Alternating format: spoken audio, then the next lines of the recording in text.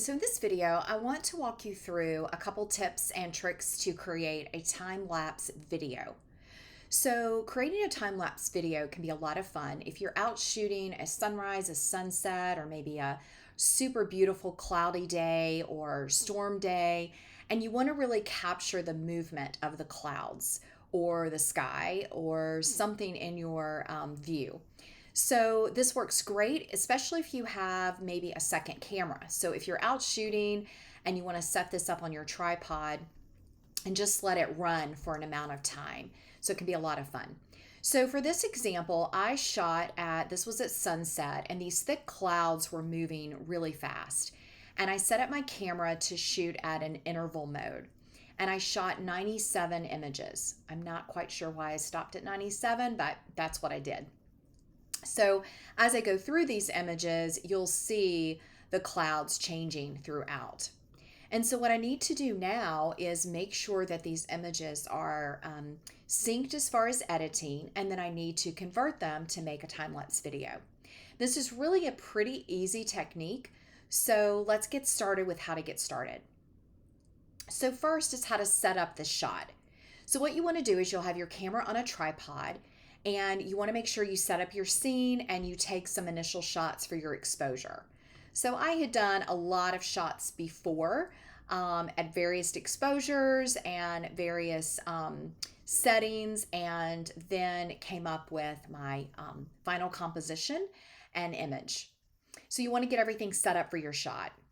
Then what you want to do is go in your camera settings, and almost every DSLR, even an older one, has an option for what's called, in your drive mode, interval shooting. And once you select interval shooting, you then have several options. So what I encourage you to do is search online for your camera model and search the option for interval shooting. You can see it right here.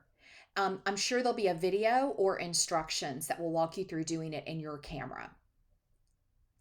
So what they recommend is you then are going to start with your shooting start time. And you want that to be at least a second, 2 seconds, or 3 seconds. What that means is the camera is going to start the interval. And you want to have the camera start it a few seconds later so that there's no camera movement. So instead of you pressing the shutter, let the camera do it. Then you've got to set your shooting interval.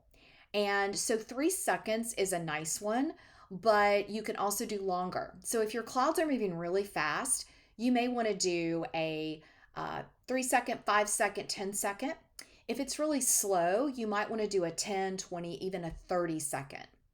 So that's how often in between shots the camera's going to wait. So it's going to take a shot and then it's going to wait 3 seconds. And then it'll take a shot and then it'll wait 3 seconds. The next thing you do is need to tell the camera how many shots to take. So you can set this number to anything. You can do 200, you can do 90, you can do whatever you want. You want to vary it depending on the movement that you have. So if the clouds are moving really slow, you might need to do more shots. If it's moving really fast, maybe you can get away with 50 or 100 shots. Now, I recommend that you have a clean SD card to put all of these images on, and that way you know that that is your time-lapse SD card. And that's really all you need to do to set it up. Once you click all that and you set your starting time, the camera will then start and it will continue to shoot throughout the time that you set up. All right, so then what to do with all these great images when you get back? So I've pulled my images. I did a stack of 97 images and I pulled these into Lightroom. Now the first thing is you don't want to have to edit every single image. So what I like to do is I pick an image somewhere in the middle of the stack, and I'm here in the develop module, and I'm going to edit this image to make it pretty much what I'm wanting. So if I go down, I can show you the original, and you can see it here, and I made some adjustments to it. So I wanted to really bring out the color tones, and so I worked with my temperature, I adjusted the highlights, I opened up the shadows, I increased the whites, I really stretched the histogram, and I did some color adjustments. So what I want to do is I want to copy these adjustments. So I'm going to click copy. And then what I want to do is I want to go and make sure that all my images are selected. So I'm going to go to the first, and then I'm going to scroll over to number 97. And it's right here. And I'm going to make sure that's selected. And I'm going to click sync. And I'm going to synchronize. I'm going to check all because that was everything in that list. And I'm going to synchronize my image. So now all my images have been synchronized and are all set up. And so what I want to do next is I need to export all of these images. So I've still got them all selected. You can see here all the way over. And so I'm going to right click and I'm going to do export. And what I like to do is I export these. You can export them to an external drive. You can export them to your desktop, wherever you're going to send them. And I put them in a folder time stack. Okay, now when you export, depending on how many images, it's going to take a while for them all to load. So I've already set that up for us today. So I'm going to just click cancel, and I'll come over and show you my file. So on my desktop, I have this file, TimeStack GNP5, and I've got all the images. So the next step is really easy. You're going to be really surprised at how simple this is, but you're going to go to Photoshop. And what we're going to do is we're going to go to the Home button, and we're going to click Open. You could also go to File Open, but we're going to click Open. And here we're going to go find that file. So I'm going to go to Desktop. There's my time stack. I'm going to click on the first image. Now here's the trick. You can do Image Sequence is what you need to click.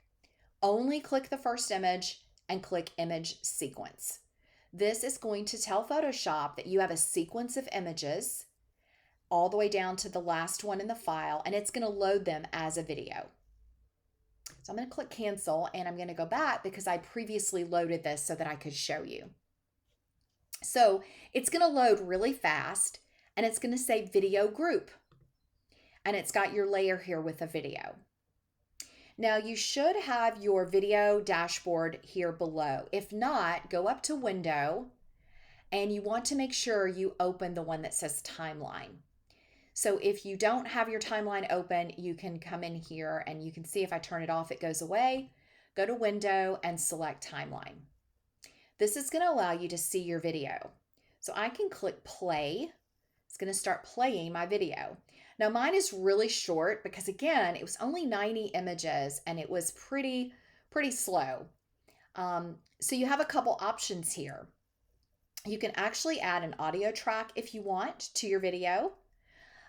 You could duplicate and make 2 layers. So if I wanted to come over and click on this, I could duplicate it and make it extend. I can also trim it. So if there's something, maybe I don't want it as long as it is, or I want it shorter, I could come in and trim it. I can click the sound on or off. I can also do some other adjustments. And for this time lapse with the 90 images, it ends up being 2 seconds. So pretty interesting that 90 images, I think I had them about 10 seconds apart, came out to 2 minutes of video. So kind of interesting there how long. And you can see there it goes. It's moving pretty fast. It's actually 2 seconds of video. So there we go.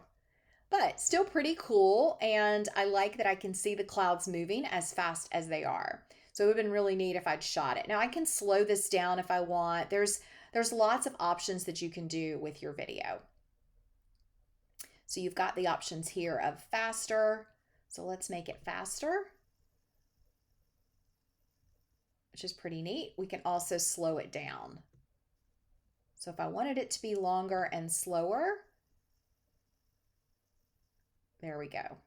Actually, that's faster. Sorry about that. So I'm making it much faster. So depending on what you're going to use it for, if you want it like on Instagram and you're going to make it just a quick time lapse, you may want it faster.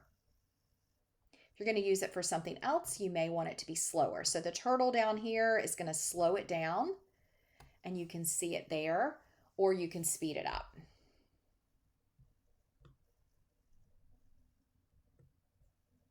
So I'm gonna keep it, I think, at that speed, maybe somewhere right in the middle. I'm gonna play it again. Yeah, I like that one. Okay, so the next thing we want to do is we want to figure out how to get this exported. Now, right now, it's a really large canvas size because these were images. So what we want to do is go to Image, and we want to go to Canvas Size. And we want to change this so that we can make sure it's for video. So it's recommended to do 3840 and then 2160. So you may want to write that down or take a screenshot. 3840, 2160. That's a good size for a standard video. We're going to click OK. And it's going to tell us that it's going to clip some things. And you want to go ahead and say proceed.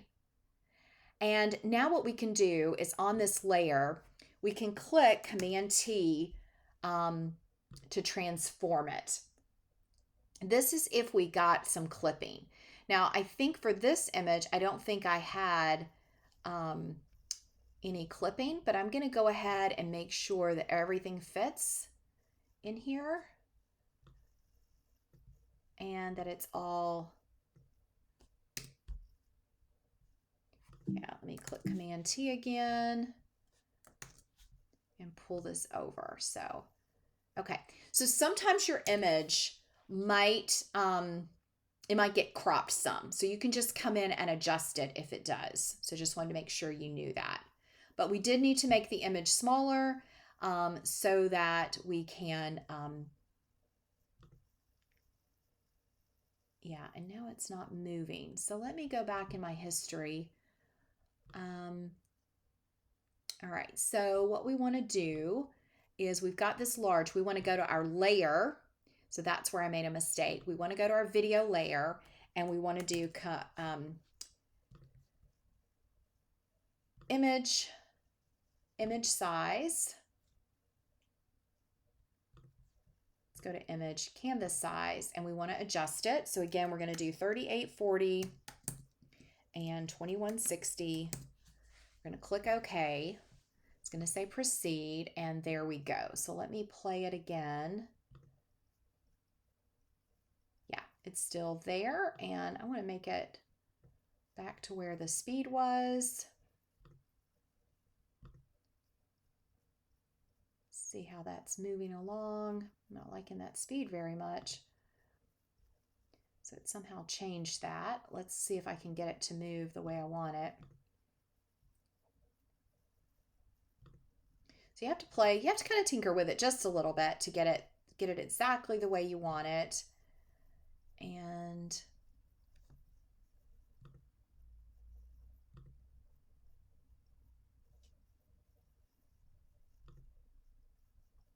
move that speed back and let's let it start over and see. There we go. Okay, sometimes it has to render, so just know that. I like this medium speed the best. I think that works. So when you go in and you want to make sure you're on this layer and you want to go to your image, canvas size, change the size.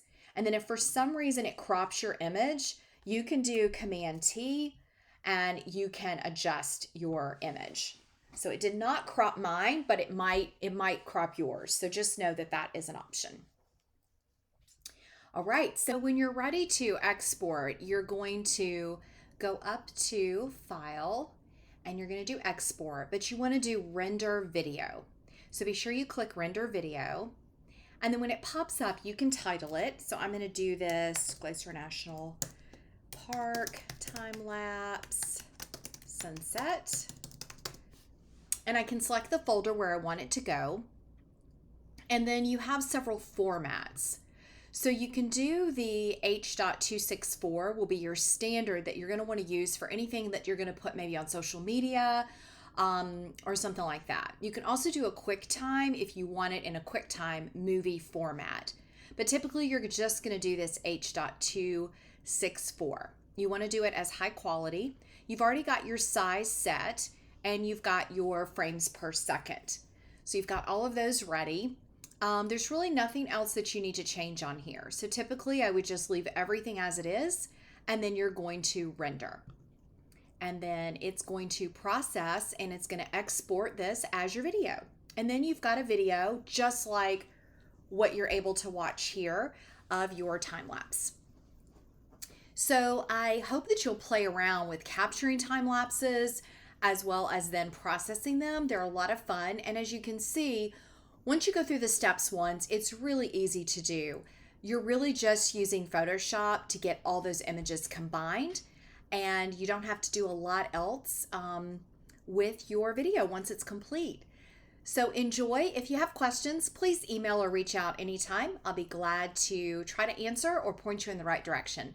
Thanks, everybody.